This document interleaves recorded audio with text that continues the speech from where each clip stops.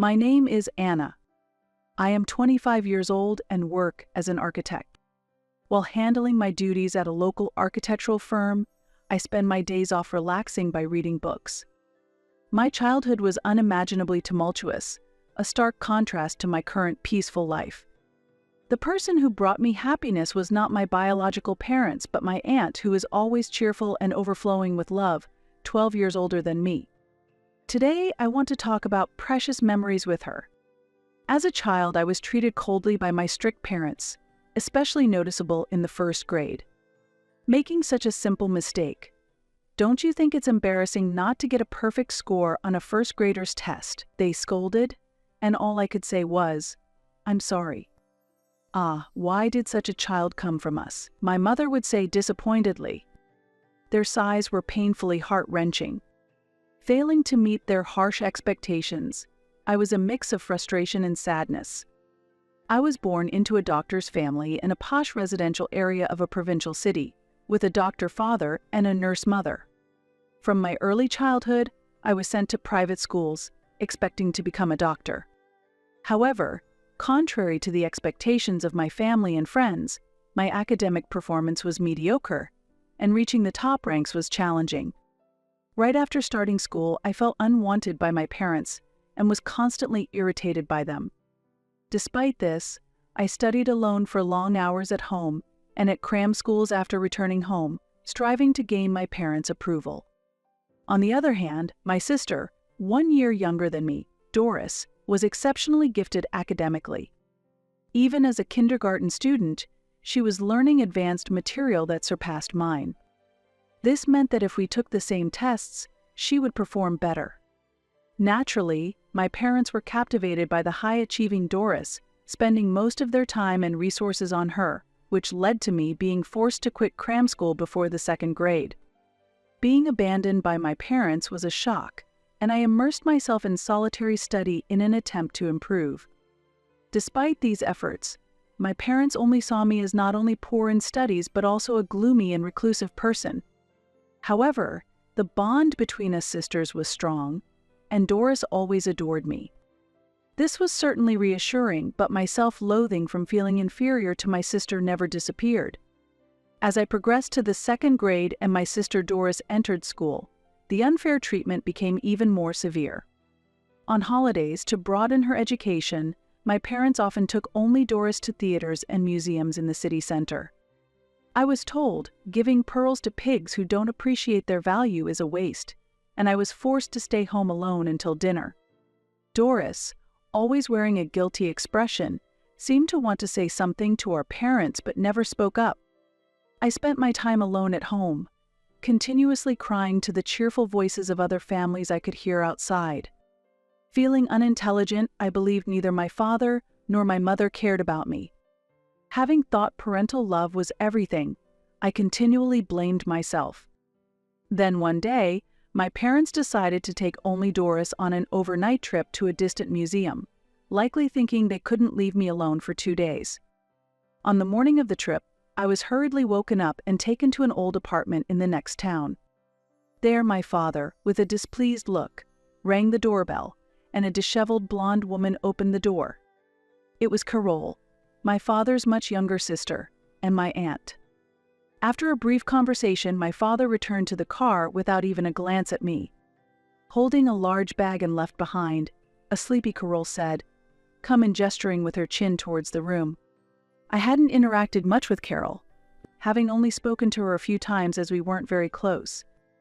My father had repeatedly warned me, "Stay away from Carole, she's from the lower class and barely finished middle school." Indeed, Carole's first impression was a bit suspicious with her pudding-like blonde hair and gray sweatshirt. Yet, while apprehensive about being left in her care, I sat on the thin cushion in the living room.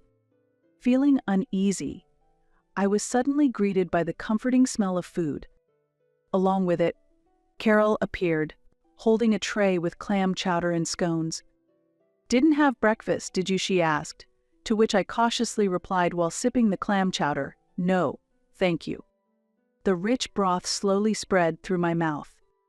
Delicious. Right? Clam chowder is the best for breakfast, Carole laughed. Carol's warm smile and the clam chowder eased my tension. Over the next 2 days, Carol took great care of me.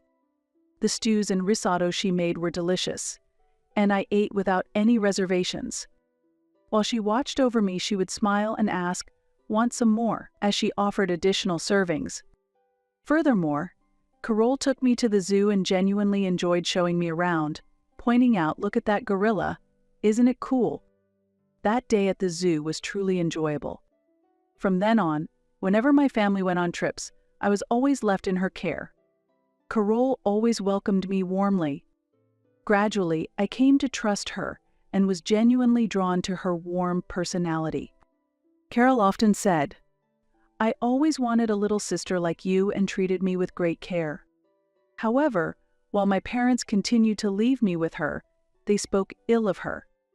I heard that Carol had troubles during middle school and did not go on to high school. According to my father, she ended up in a bottom-tier job and barely made a living. "If you don't want to end up like her, don't slack off in your studies," my father would say half-jokingly when he was drunk. I had always believed my father's words as absolute, but I found it hard to accept his assessment of Carol. She was skilled in cooking and a very good person. I could not understand why she was spoken of so negatively. The difference in how my parents treated my sister and me worsened day by day. By the time I was in 3rd grade, I was given only the bare minimum of clothes and food, barely avoiding a report to Child Protective Services. Although my parents were known as local dignitaries, outsiders would never imagine they were capable of such behavior. When I focused on studying, I was told, "You're a nuisance if you don't leave the room, so get out," and was chased outside. Whether I studied or not, the situation was harsh. I wasn't allowed to return home until dusk, and without any trustworthy friends or adults, I had to spend my time learning in parks or libraries. However, on weekends, Carol warmly welcomed me. Carol was the only one who cared about my health. One day, as I was eating the fluffy omelet she had made, Carol suddenly made a proposal. "Anna, would you like to live with me?" she asked. As I sat stunned, she gently stroked my head with her cold hand. "If you feel life at home is hard, think of me as a parent. We'll eat together every day, sleep side by side, and even go to the zoo sometimes," she said. Could such a dreamlike proposal be real? Just hearing it felt surreal. "But you might not want a dumb parent like me," she laughed self-deprecatingly. I blurted out, "That's not true." Her proposal was incredibly appealing. However, I questioned whether I could truly wish for such a thing. Carol was still unmarried, and I worried that living with me might burden her. Additionally, I considered whether my parents would see it as a betrayal. "Carol, is it really possible for me to live with you?" I asked quietly. Carol gave a thumbs up and replied with a smile. "It's okay. Okay." It was an irreplaceable moment. I strongly desired to become like family with Carol, and made up my mind. Later, Carol discussed this with my parents, but their opposition to me living at her house was surprisingly strong.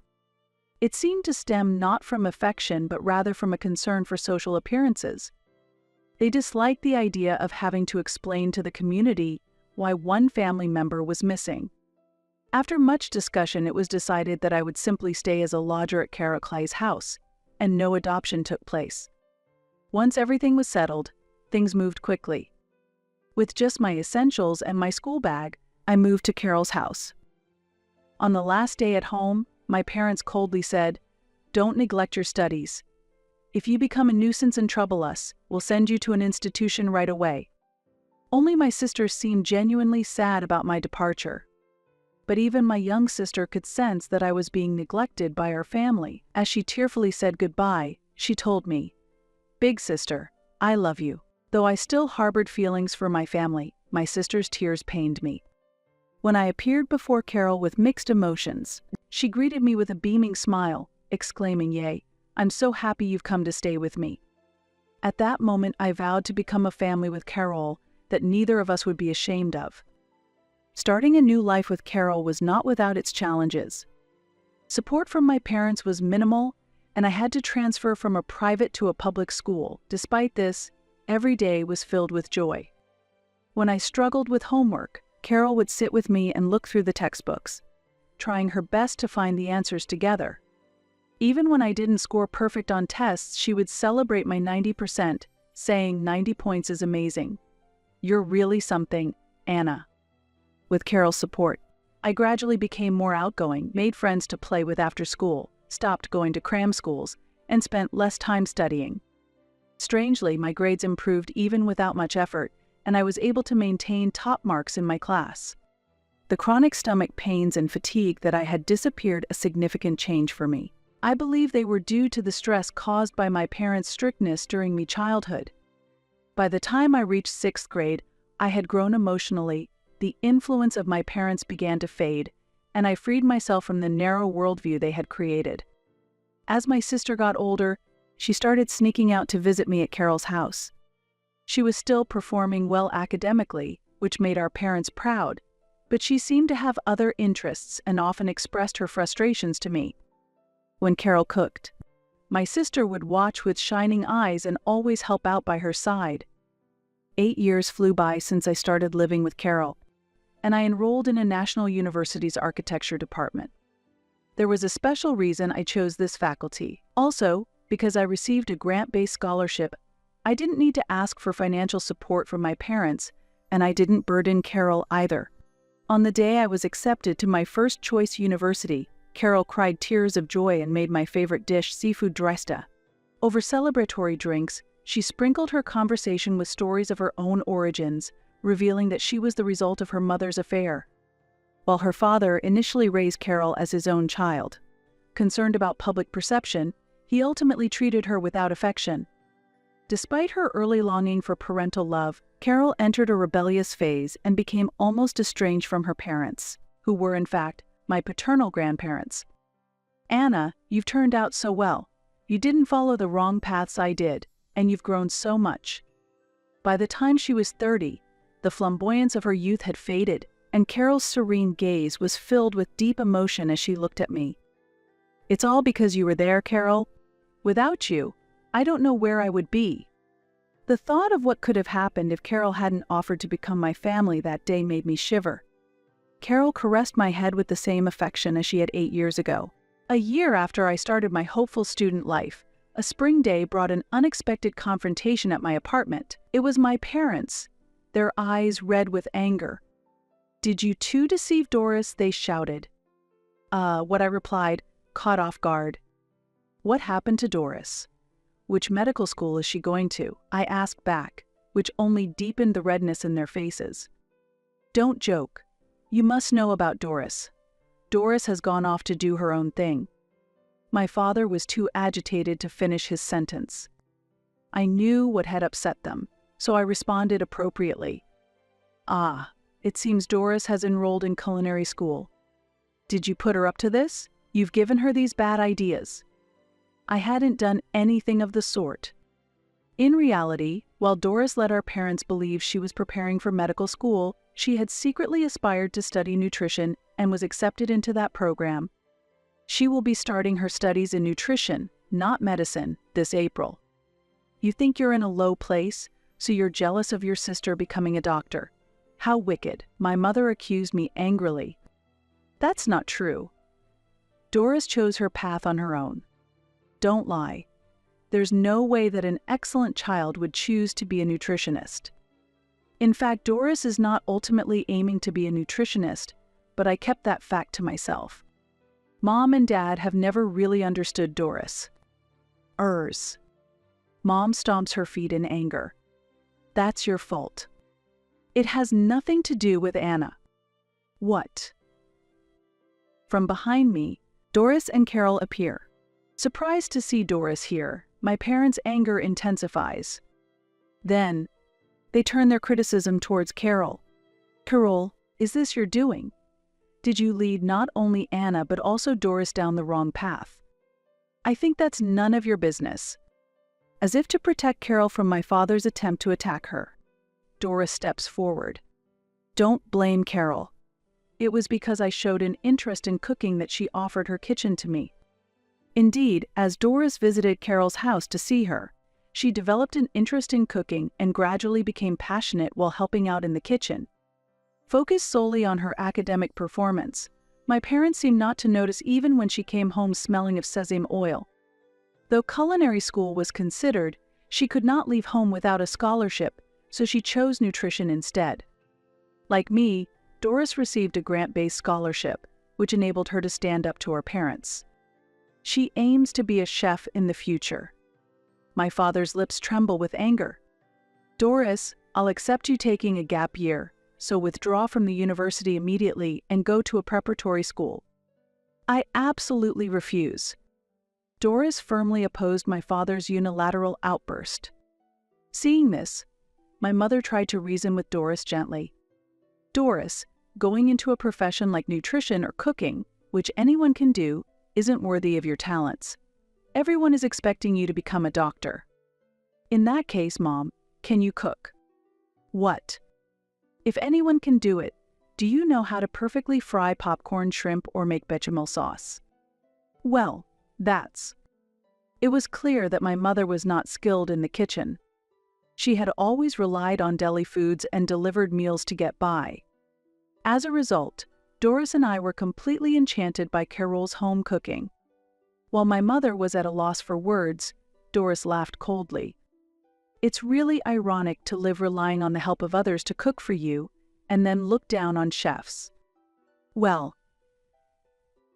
instead of forcing me to become a doctor, it would be better to give my place to someone who truly desires to be one. It would contribute more to helping others. That's just an excuse. Mom, Dad, don't you know? Actually, my sister is far more talented than I am. What? My parents stood with their mouths agape. There's no way that's true. Do you even know which university my sister is attending? My parents looked at each other. As I thought, you don't know. You also don't know how excellent the architecture department is at the university she attends. She was accepted into a national university's architecture program because she is academically excellent. While it might be an exaggeration to say Doris is more talented than I am, it's a fact that I became a top student thanks to Carol's support. It's true, Mom and Dad. You wouldn't know how well I did in school because you never attended any of my parent-teacher conferences. With that, my parents lost their momentum and fell silent. I looked at them with a cold gaze. The success in raising Anna wasn't due to you, but thanks to Carol. Doris laughed as if she had given up. That can't be true. It's impossible. Don't worry. I've arranged for my tuition myself, and I'm prepared to live on my own. I've already moved my things. You didn't notice, did you? What? The color drained from my parents' faces as they had been furious just moments ago. Carol watched this unfold, looking completely fed up. You both were only ever interested in grades. It's a shame that your wonderful children weren't understood for who they are. Feeling humiliated, my parents groaned in discomfort. Being pitied by Carol, whom they had once looked down upon, must have been the ultimate humiliation. But that was the reality. My parents found no words to retort. Eventually, Doris left home that day with the help of a friend, relocating to another state, over 5 hours away by car. I didn't expect this incident to prompt any improvement in my parents' behavior or make them back off from Doris and me. When I advanced to my second year of university, my parents suddenly called me. I couldn't shake off an ominous feeling. No matter what they say, I would firmly refuse to return home. We met at a restaurant they frequented, but when Carol accompanied me, my parents clearly showed their displeasure. As soon as we sat down, they spread out numerous pamphlets on the table, all from universities with medical schools. What's this? We're giving you a chance to retrieve for medical school. Isn't that a good deal? We're offering you a chance to redeem yourself. Show that you can surpass your sister because of whom you've been looked down upon. Such an unexpected turn of events. How foolish. They really don't understand. But I decided to play along, just for amusement. Really? I'm so happy. Maybe I can actually get in here. To think that you both care so much about me. I really should be thankful." My father nodded, looking pleased with himself. My mother's face also brightened. As if that could ever be true. I couldn't hold back my laughter and burst out laughing. Ha, ha, ha, ha. What's wrong? I just laughed seeing Dad so happy. To take such a proposal seriously? Impossible? After all, I have my own life. What? The moment my parents realized I was joking, their faces rapidly turned red. They are as quick to anger as they are far from the intellectual caliber of a doctor. Doris has never looked down on me. It's you who have always looked down on us. That's, well. Anyway, I have no intention of trying for medical school again. I responded with firm resolve, and a vein throbbed on my father's forehead. Why can't you and Doris understand the nobility of being a doctor? Is this also Carol's fault? Once again, my father directed his blame at Carol, completely missing the point. Carol simply gave a wry smile. "Brother, you're so stubborn. What did you say? Anna and Doris aren't denying the work of doctors, they just have passions elsewhere. And those are in professions like architecture, nutrition, and cooking, which anyone can supposedly do. Even if they are jobs anyone can do, that's fine." What? Startled by the sudden voice, my father turned around to see two muscular, healthy-looking men standing there. "Who are you?" "Perfect timing, you just insulted an architect and his son." "What?" They looked surprised. At that moment, Carol stood up and gently pulled the young man next to her closer with her arm. "This is my husband. It's an honor to meet you, brother-in-law. I am Alexander Davis. Carol has told me a lot about you." Yes." Carol's husband smiled, showing his white teeth. Actually, Carol had started dating Mr. Davis 5 years ago, and they officially got married when I turned 20. Despite my reassurances, they were stubborn and affectionate enough to wait to marry until I was an adult. As a result, I became close to Carol's in-laws and developed an interest in architecture. When Carol suddenly announced her marriage and her husband spoke meaningfully, my parents were taken aback and lost for words. Next, Carol's father-in-law stepped forward with a smile and began to speak. "Nice to meet you, Dr. Barnes. I am Davis, and I run an architectural business in this area. I understand Anna has heard about my work from Carol and has taken an interest. You are truly an insightful, wonderful person." Yes. "I am planning to retire from the field soon, and I would like Anna to join our company as an architect and learn the ropes to carry on in the future." "How dare you decide such a thing on your own?" As they raised their voices, Davis opened his eyes wide and stared at them. "Even if you call it presumptuous, the fact that you have shown no interest in Anna so far is undeniable.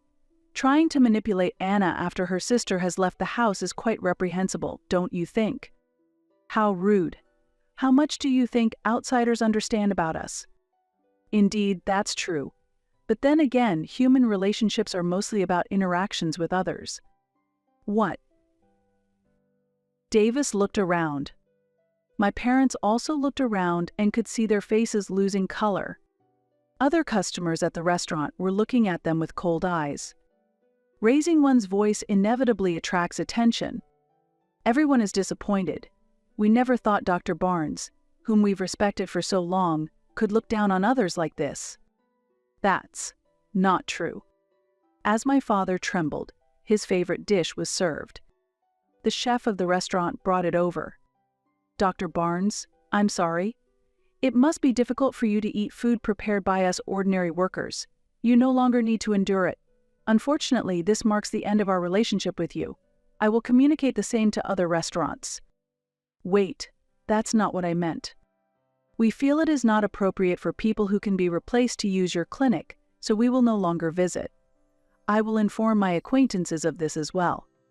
What? All eyes in the restaurant were on my parents. Unable to withstand the pressure, they left the restaurant in a hurry, leaving their food and pamphlets behind. Since that incident, my parents no longer pressured me to pursue a medical degree. After some time, they approached me, pleading, "We want to clear up everyone's misunderstandings." It seems the incident at the restaurant led to a significant decrease in their patients. The hospital was originally established a long time ago and had many regular elderly patients who overlapped with the clientele of a similarly long-standing restaurant. Due to word of mouth among the local elderly, a reputation spread that the hospital has the worst doctors who disregard their patients, and patients began moving to a newly opened hospital near the station. The doctors at the new hospital were not only skilled but also personable, and not a single patient returned to the hospital my father runs. In a short period, the management deteriorated, stress built up, and my father lashed out at the staff, resulting in nurses and administrative workers resigning one after another. This further fueled rumors that the hospital has an ethical problem with its doctors, leading to a continuous decrease in both staff and patients. Operating the hospital had become a financial burden. My parents believed that if I could clear up the misunderstandings, everyone would return, but once a bad reputation is spread, it is not easily erased. In fact, most of the reputation was based on truth, so there was no need for correction. However, some exaggerated stories also existed. For example, there's a story about my father standing up in a restaurant and yelling, "This incompetent chef," and demanding an apology from the chef. Though this isn't true, I strangely have a memory as if I had witnessed such a scene.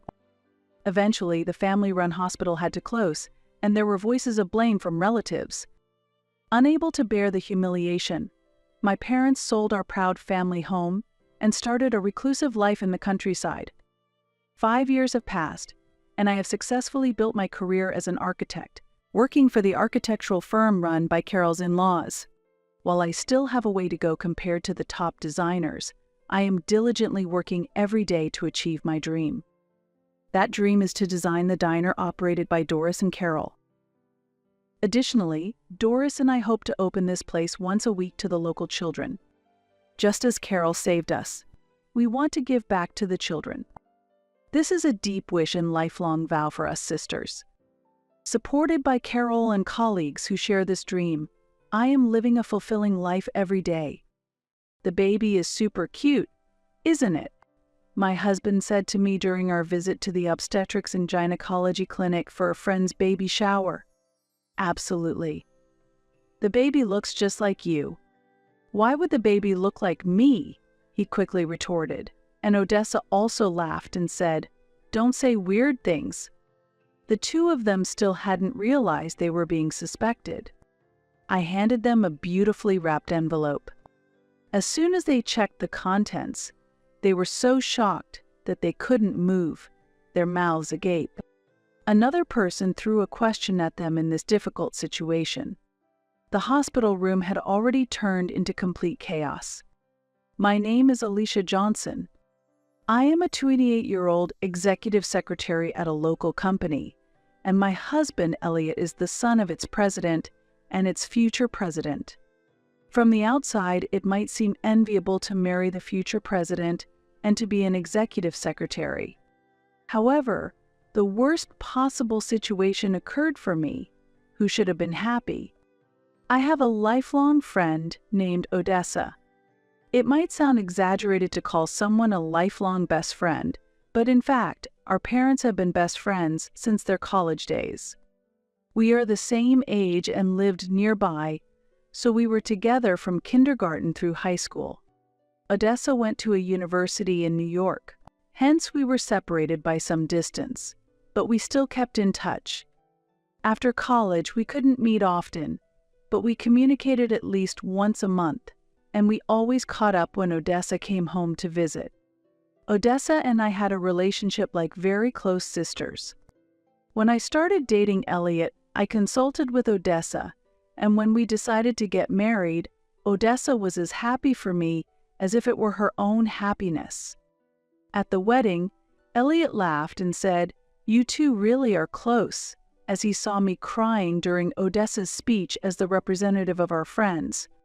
Supported by my loving husband and dear friend, I was filled with happiness. However, A shadow slowly began to cast over my happiness after marriage. The reason was that I couldn't get pregnant. Before I knew it, 2 years had passed since we got married. Some might think it's only been 2 years, but as someone who desired children, I was actively learning about fertility. Before we got married, Elliot and I had undergone a bridal check to confirm there were no issues. Should I get a fertility test and start treatment? I wondered. Elliot encouraged me. There was no issue during our bridal check, and worrying might just add stress. We're happy together, even without children. It's better to relax and enjoy our time together. Elliot's warm words were comforting, but I felt a rush of urgency to have an heir, and above all, I deeply desired a child with Elliot, whom I loved.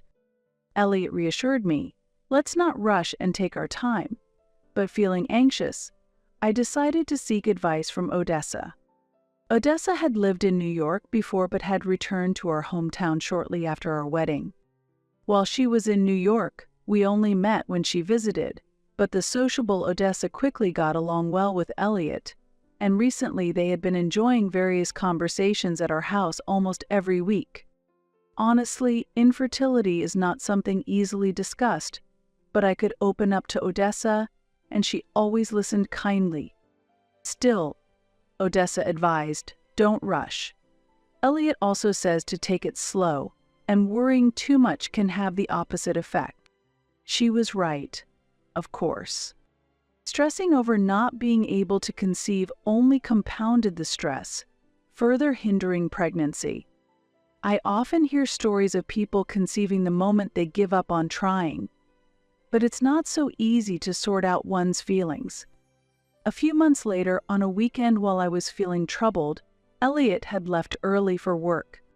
When I had a lot of time alone, I often found myself overthinking. Just then, the doorbell rang. Alicia, are you there? I bet you're brooding over something alone, right? Surprise? I brought a special treat today. As always, what a wonderful friend. Odessa had brought my favorite cake for her visit. Recently, Odessa had been busy and visits on the weekends had become less frequent. With Elliot away at work and me alone at home, Odessa's visit was truly like a blessing from heaven. Odessa, I love you, I exclaimed as I hugged Odessa. How did she know I was alone today? Elliot was away for the weekend, and I hadn't told her he was out today. At that moment, I didn't harbor any suspicions. I just enjoyed Odessa's visit. As we chatted about trivial things, Odessa suddenly said, "Actually, I've met someone interesting after a long time."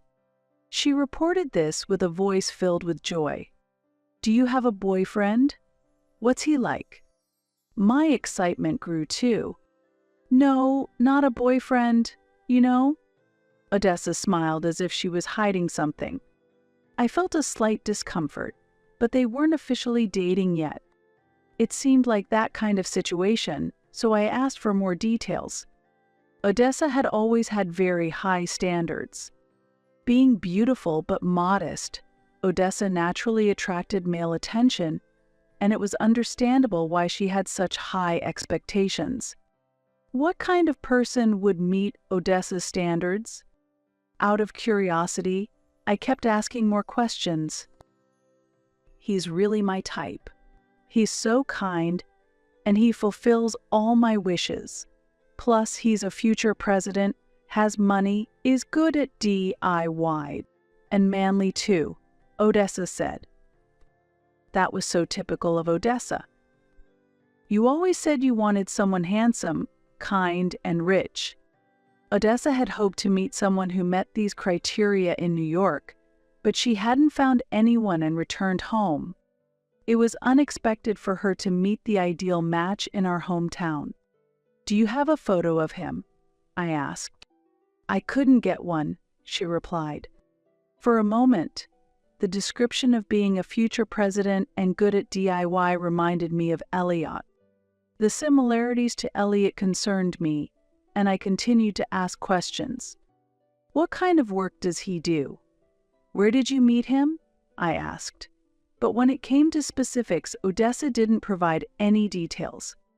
Yet, there could be other future presidents who were good at DIY. It piqued my curiosity a bit, but since it's rude to pry into things she didn't want to talk about among close friends, I decided to drop the subject. Though we enjoyed a lively conversation for a while, Odessa suddenly remembered she had something to do and said, "Oh, I forgot I have an errand to run. Alicia, see you later," and hurried home. Elliot was also going to be late tonight. Recently, due to his busy work schedule, Elliot often stayed at a hotel near his office on weekdays and spent most of the weekends away from home on business entertainment. During that time, I was left at home, deep in thought. About 6 months later, Odessa contacted me with important news. What could have happened? In the afternoon, when Odessa visited my home, she looked me in the eyes and said, "Don't be mad, okay? I'm actually pregnant." The shocking news came from the unmarried Odessa. Whose child could it be? I was surprised but saw no reason to be angry. Why did Odessa think I would be angry? I smiled and said, "If you're happy, Odessa, then I'm happy too. Congratulations? Are you going to marry him? If you do, let me do the speech?" In response, Odessa looked a bit somber and said, "I'm not thinking about marriage, but he will support me, so it is okay." "So, it's like a common-law marriage?" I asked, and Odessa quietly nodded. "What about your parents?" I probed further, and Odessa replied, "Please, keep it a secret from my parents. I'll explain it to them. There might be specific circumstances she can't disclose to others." When I heard she had a boyfriend 6 months ago, I felt she was hiding something, but it seemed best not to delve too deeply. With this in mind, I responded, understood, and only encouraged her by saying, "Have a healthy baby." However, after Odessa left and I was thinking at home, a sinister thought crossed my mind. Could it be that Odessa had an affair with a married man and ended up pregnant as a result? But who could that partner be? Odessa hadn't revealed anything about him, but something suddenly occurred to me. She had previously mentioned that her partner was a future president skilled in DIY. Elliot is also proficient in DIY, often making furniture to his liking for our home. Although he's been too busy with work lately to engage in such activities, we still cherish the furniture he made at the beginning of our marriage. Could it be that Elliot is Odessa's partner? That can't be possible. I trust that neither Odessa nor Elliot would betray me. However, once I start doubting, it's hard to stop these thoughts. Looking back, Odessa returned to our hometown around the time she became close to Elliot, and it coincides with when Elliot started staying away from home due to work, and when Odessa stopped visiting our house. Is this just my imagination? It must be just in my mind. It's unthinkable that Elliot and Odessa could be involved. To dispel these doubts, I decided to hire a detective to investigate if there was an affair. I couldn't believe I was doing this, but if things remained unclear, it would always nag at me. I thought if the detective found nothing between Elliot and Odessa, I could wholeheartedly celebrate Odessa's pregnancy. However, it turned out to be a mistake. A few weeks later, I received the report from the detective. The results clearly showed that Elliot and Odessa were having an affair, and it was highly likely that the child Odessa was pregnant with was Elliot's. Faced with the detective's report and decisive photographic evidence, I was at a loss for words. My suspicions turned into certainty, and I was shocked by the reality. The pain of being betrayed by my beloved husband and best friend soon turned into anger, and I thought I could never forgive them. However, considering that Odessa was pregnant made me hesitate to take any action. I decided to wait until Odessa gave birth and then confront them both. Finally, I received the news that Odessa had delivered her baby. Neither Elliot nor Odessa could have dreamed that I was aware of their affair. Upon receiving the happy news of the birth from Odessa, I began planning a congratulatory visit. When Elliot returned from work, I casually brought up the news. Odessa had her baby, I told him, and he responded, "Really? That's wonderful." Despite the fact that I hadn't told Elliot about Odessa's pregnancy, he reacted as if he already knew, surprisingly calm. "Did you know Odessa was pregnant?" I asked. "Hey, no, what are you talking about?" he replied, but his reaction was clearly flustered. I decided to leave that conversation there and suggested, "Let us go congratulate her this weekend. Will you come with me?" "Me too?" Elliot asked. "Yes, it has been a while. Both you and Odessa have been busy, and it has been almost a year since you saw each other," I said. "Oh, right. It has been that long already." Elliot's expression changed, and his eyes darted around. They say people often look up to the right when they lie, so maybe I could enjoy watching his reactions a little longer. But if anything more comes to light, it might make all my efforts futile. Then the day of the celebration arrived. I took Elliot with me to the maternity ward where Odessa was admitted. "Odessa, congratulations for real," I said. "Alicia, thank you," Odessa responded. In the hospital room, Elliot, who had been fidgeting behind us, also joined in. "Odessa, it has been a while. Congratulations." "Ah, thank you, Elliot." Their interaction was awkward to the point of seeming forced, as if they were acting. In the hospital's newborn room, we were informed that a healthy boy had been born. The three of us went to the room, and Odessa proudly pointed out her baby. "There, the third baby from the right. He's still so tiny," Odessa said. The baby was facing us, and his face was clearly visible. Every baby is adorable, but this child was born from an affair. Thinking about what his life might become, it pained my heart. Should I step back silently, doing nothing, or should I take some action? However, if I do nothing, nothing will change between these two. As unfortunate as it is for this baby, a proper resolution is necessary. When we returned to Odessa's room, her parents were there for a visit. I introduced Elliot while exchanging greetings. After the greetings settled, her mother asked, "How was the baby? Was he awake?" Elliot replied enthusiastically, "Yes, he was awake. Really cute." Then he turned to me and said, "The baby is super cute, isn't he?" I responded, "Absolutely. He looks just like you." Elliot laughed and said, "Why would he look like me? How could he resemble you, I wonder?" "Because he's your child," I retorted. Elliot panicked. "Wait, please don't say things that could cause misunderstandings." Odessa joined in the exchange, laughing and retorting, "Don't say weird things." If both of them react too passionately, it might only make them more suspicious. With that thought, I muttered, "Is it really a misunderstanding?" "Well, whatever," and continued, "Look at this. A surprise present. I hope you like it," and handed Odessa a beautifully wrapped envelope. "Hey, what's this? Can I open it?" Odessa said, surprised. She still hadn't realized that she was under suspicion. Next to me, Elliot chuckled. "When did you prepare this?" As Odessa opened the envelope and looked inside, she was speechless, her expression frozen in shock. "What's wrong?" I asked as Odessa opened and closed her mouth without making a sound.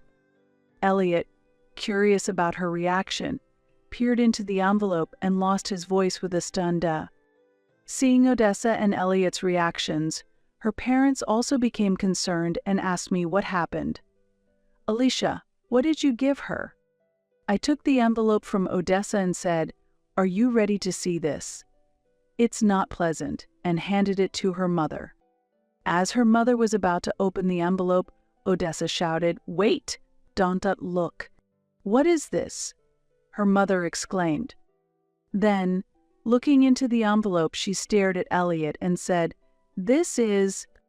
The surprise present I had given to Odessa was the photographic evidence of her affair with Elliot, provided by the detective. The photos clearly showed Elliot's face, leaving no room for doubt. "Are you Alicia's husband?" her mother asked Elliot, seeking confirmation. Elliot looked down, unable to respond. At that moment, an angry voice from her father echoed in the room. "Silence solves nothing. Say something." Odessa and Elliot trembled under the force of his voice. Her mother pressed Odessa, saying, "Didn't you say he'd acknowledge the child? You said you wouldn't marry, but would raise him together? How could you plan to do that with Alicia's husband?" Odessa was at a loss for words, merely stammering, What on earth were you thinking? To do this with someone else's husband, especially Alicia as your longtime friend. Why would you do such a thing? Don't that just stay silent. You must have something to say." As her father raised his voice further, Odessa simply remained silent, bowing her head. "Do you think staying silent will solve anything? But I would not allow it to end there." I directly confronted Odessa. "Why did you betray me?" To that, Odessa responded defiantly, "It is not fair. I've always been more popular. Why should you get to marry someone handsome and wealthy like Elliot? Why did it turn out this way? I should have been the one to marry him. Everyone envied you for marrying Elliot. Plus, you couldn't have children, but I got pregnant right away. That means I am more suitable for Elliot." This was Odessa's true character. I had always known she was disliked by many. However, I never expected her to act this way towards me.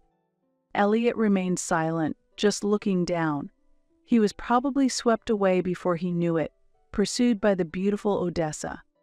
"Why not invite your father too, since we're celebrating? It is his first grandchild, after all," I suggested while pulling out my phone. Elliot pleaded, "Wait. Please, don't do that."